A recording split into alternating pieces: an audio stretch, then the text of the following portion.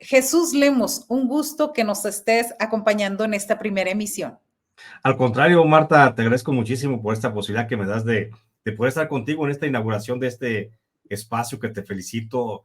No necesitas tú de suerte, Marta, tú eres una persona que logra los objetivos a base de trabajo y te felicito, la verdad.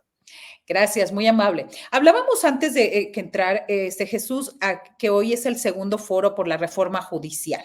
Hoy es el segundo foro donde se va a hablar la conformación y reorganización del Poder Judicial, la integración, la duración de los cargos de jueces, magistrados, ministros y demás.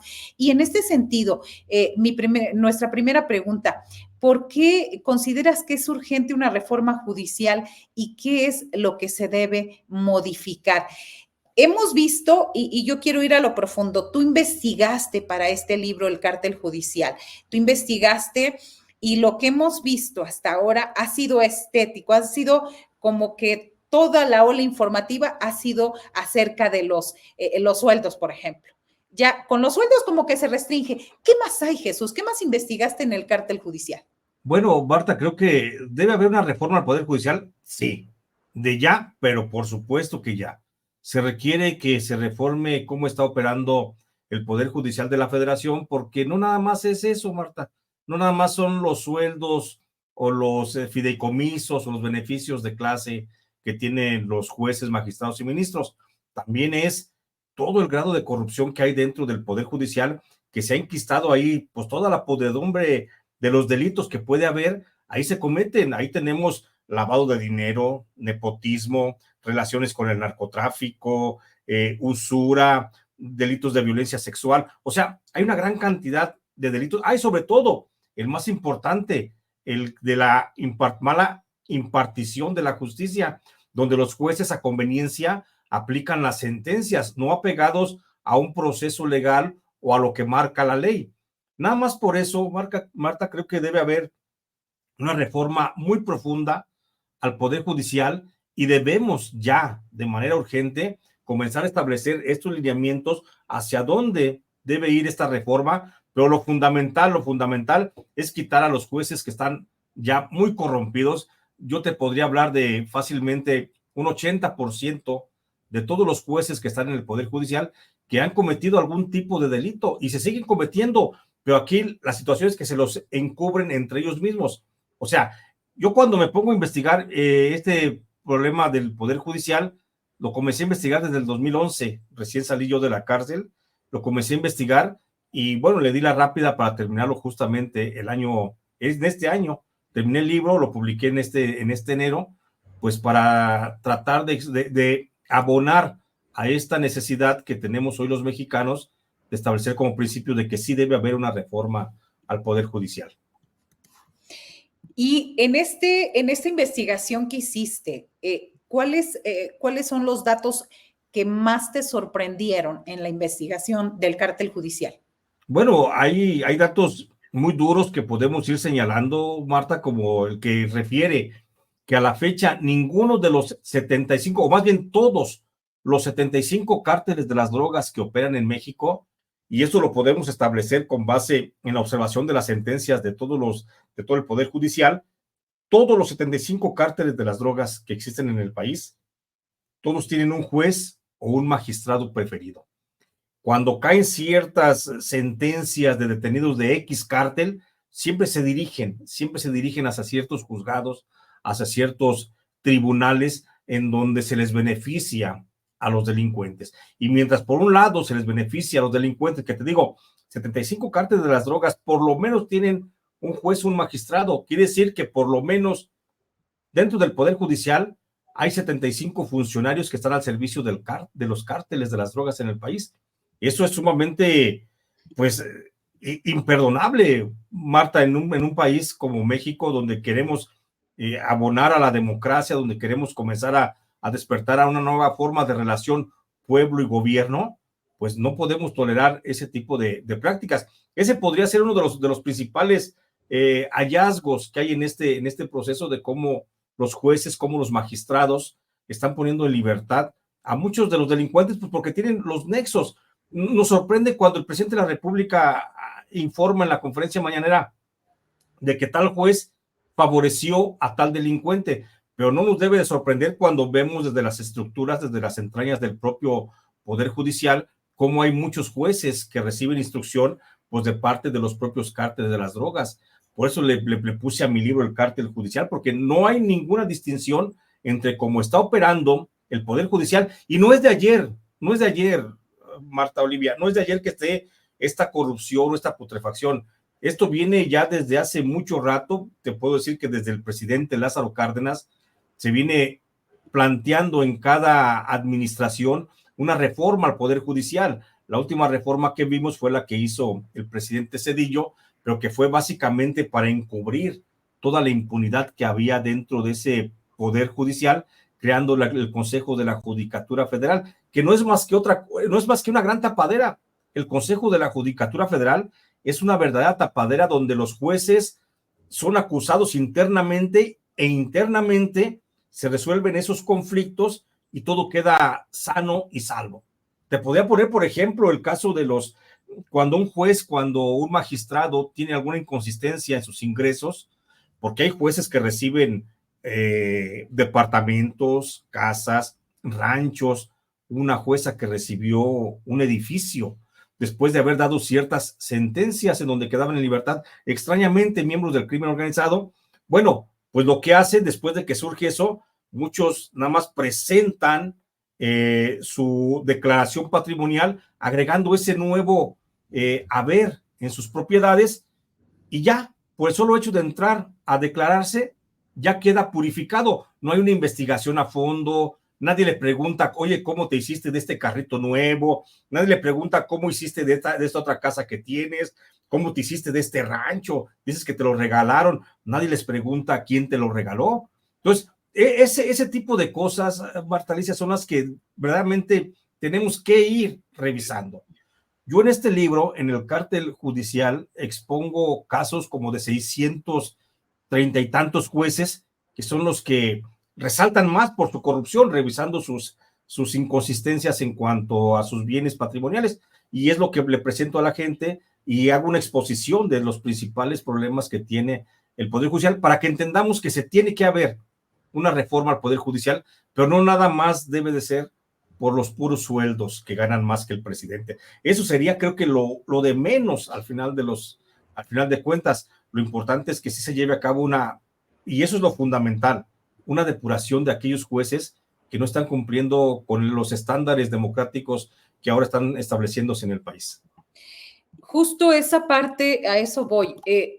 Estás hablando de 633 jueces y de pronto, ¿qué pasa? ¿Qué pasa con el Consejo de la Judicatura Federal? Se hacen las denuncias y ¿qué sigue? ¿Cuál es el tránsito? ¿Cuál es la tramitología para estos jueces que se han convertido pues casi defensores de oficio de los cárteles, de acuerdo a lo que nos expones? Claro, lo que sigue después de que se presenta una denuncia ante el Consejo de la Judicatura, no sigue otra cosa más que una investigación interna, y la investigación interna es la que dice si se le da parte o no al Ministerio Público. Y en casi todas, bueno, de hecho en todas las investigaciones de delitos que se dan o que se conocen dentro del Consejo de la Judicatura, siempre los jueces o los magistrados que son llevados ante esa instancia interna de control, terminan por ser exonerados y terminan nada más con una sanción administrativa. Te puedo poner de caso ejemplos donde hubo violaciones sexuales contra trabajadoras y donde participan magistrados o jueces. Y en algunos de esos casos, por ejemplo, de esos tres casos que refiero en el texto, los magistrados fueron sancionados administrativamente solo.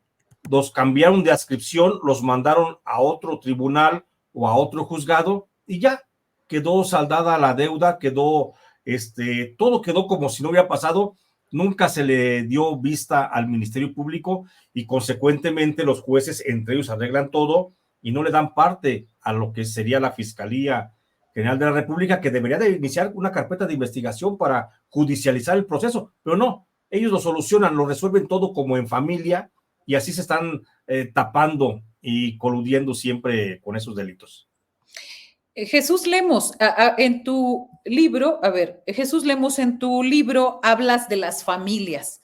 hasta cuántos integrantes de una familia forman parte de algún juzgado, algún tribunal dentro del cártel judicial. Fíjate que es un tema bien interesante el de el nepotismo, donde los jueces o los magistrados, incluso los ministros, llegan a tener a familiares directos, hijos, hijas, hermanas, esposos. Hay quienes tienen hasta la amante y a las esposas juntas, pero esa situación es un problema que ha venido arrastrando el Poder Judicial desde hace mucho, mucho tiempo. Y hasta que llega el presidente López Obrador es cuando la presidencia de la Suprema Corte de Justicia o el presidente pues del tribunal, el señor Saldívar Salazar, Lelo de la Rea, perdón, Saldívar Lelo de la Rea, es cuando hace un programa antinepotismo y es cuando se comienza a reconocer que hay una serie de problemas de nepotismo y se comienza a investigar quiénes son los jueces que tienen por lo menos 2 familiares dentro del Poder Judicial de la Federación, y te vas a sorprender porque llegan a ser más de 600 los jueces que tienen un hermano, un pariente, un familiar en línea directa, lo que sea, que llegan a ser desde 2 hasta 14. Hay casos, como un magistrado allá en Durango, digo que ese juzgado tiene 22 plazas, y de esas 22 plazas, este magistrado tiene 18 personas que pertenecen a su círculo familiar, que son primas, primos, hermanos, sobrinas, tiene esposa, hijos, cuñados, bueno, tiene de todo el señor, y ahí está. Y como ese caso, te digo, son 600 jueces que están metiendo al hermano, que al primo, y es un problema grave, porque de pronto, en un tribunal, en un juzgado de distrito, pues comienzas a ver que todo queda en familia y entre 3 o 4 familias cuatro familiares deciden justamente el destino judicial de algunas de las personas que están detenidas, o entre ellos también deciden dejarlos en libertad, que es también parte del destino. Pero ese es un grave problema que no se ha solucionado, Marta, y ahí explico una serie de casos de relaciones con nombres, con lugares, con fechas, con juzgados, con tribunales, en los que no puede haber error. Claro. Ahora con esto, para cerrar, Jesús, con esto de la reforma al Poder Judicial y con esta documentación y este libro del cártel judicial que has hecho, ¿qué es lo que esperarías? ¿Qué pondrías en primer lugar? ¿Qué es lo urgente? Lo urgente se habla como una reforma en general, pero ¿qué sería lo urgente a partir del conocimiento que tuviste? Y sobre todo, estamos hablando nepotismo, un personaje que tiene 22 plazas, o sea, esto es nada comparado con los sueldos que se llevan cada mes. Mira, Marta, yo creo que lo urgente es una verdadera aplicación de justicia dentro del Poder Judicial. Primero, lo urgente, yo no considero que sea la votación. Lo urgente es que justamente quienes han violentado la ley desde el Poder Judicial, pues que paguen. No puede ser tan fácil como borrón y cuenta nueva, porque las sentencias que dictaron mal muchos jueces, esas afectaron a vidas, afectaron a personas. Hay gente que murió en la cárcel con una sentencia injusta y nunca hubiera llegado a la cárcel si esa sentencia no hubiera sido injusta, si se hubiera aplicado a derecho. Entonces, hay jueces muy criminales, hay jueces que tienen sangre en las manos, y creo que por ahí debemos de comenzar. Esta reforma al Poder Judicial debe comenzar antes que pensar en que si los elegimos con el voto, que si que de dónde salen, que si cómo somos. Vamos primero a darle facultades a la Fiscalía General de la República para que en coordinación con los mandos, a lo mejor dentro del Poder Judicial, comiencen a revisar qué jueces deben de responder ante la justicia. Hay que llevarlos primero a la cárcel, mi querida Marta. No podemos darles el perdón, porque el perdón es volver a permitir la comisión del delito. Y en este caso, lo primero que se debe hacer es una intervención de la Fiscalía General de la República que comience a revisar caso por caso, que abra una mesa abierta para que la gente vaya y diga y exponga sus casos de denuncia pública contra los jueces, para que el Ministerio Público abra carpetas de investigación sobre cada uno de los casos de los jueces que sean señalados por víctimas de su mala procuración de justicia. Eso debe ser fundamental. Y no hablo de revanchismos, Marta, no hablo de revanchismos, porque si bien es cierto que a lo mejor no son tiempos de venganzas, también son tiempos de ajustar cuentas.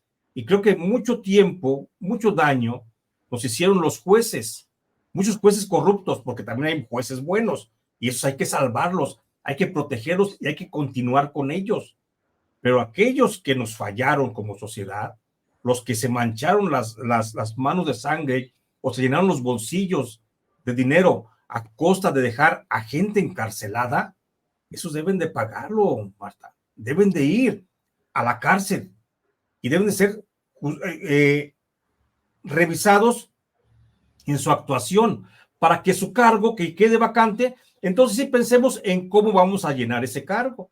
Ya quedó vacante el juez X de tal distrito, pues entonces sí vamos a pensar cómo lo vamos a poder llenar. Yo pienso que lo primero antes que pensar en la elección del voto es vamos a ver quiénes fueron los que cometieron delitos para que paguen en esta república, pues, donde se puede alzar ya la justicia, mi querida Marta.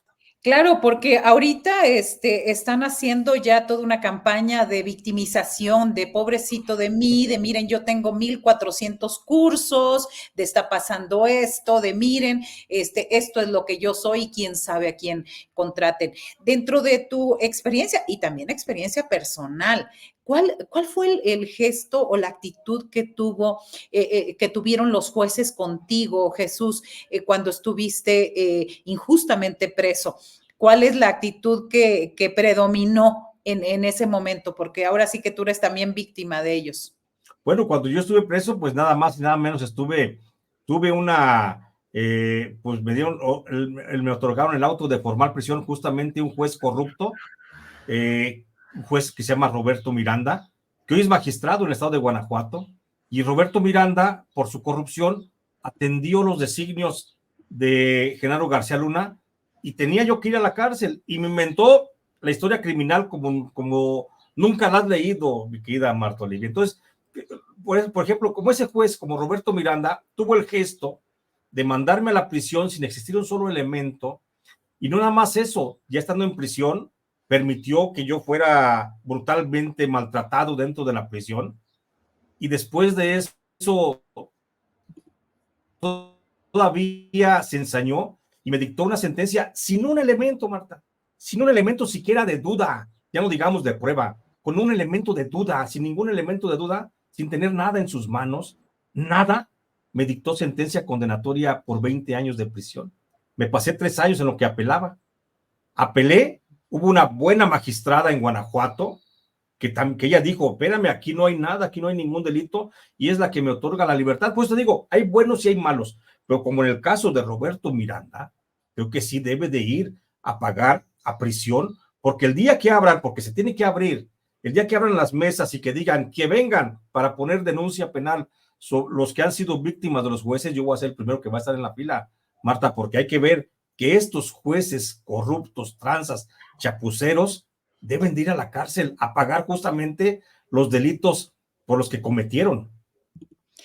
Pues bastante, bastante revelador lo que nos dices y sobre todo ya me imagino yo las filas de gente ahí Claro. que ha estado injustamente presa y que se tendría que abrir una ventanilla especial para recibir todas las denuncias. Gracias, por lo pronto, gracias Jesús Lemus, colega periodista y escritor, por esta entrevista y por sobre todo el cártel judicial, el más reciente texto que acaba de publicar. Muchas gracias, esperamos vernos más seguido. Gracias, claro que sí, Marta, aquí estaré cuantas veces me invites, con muchísimo gusto, y felicitarte por este espacio de veras que se necesita, ¿eh? Gracias. Gracias, muy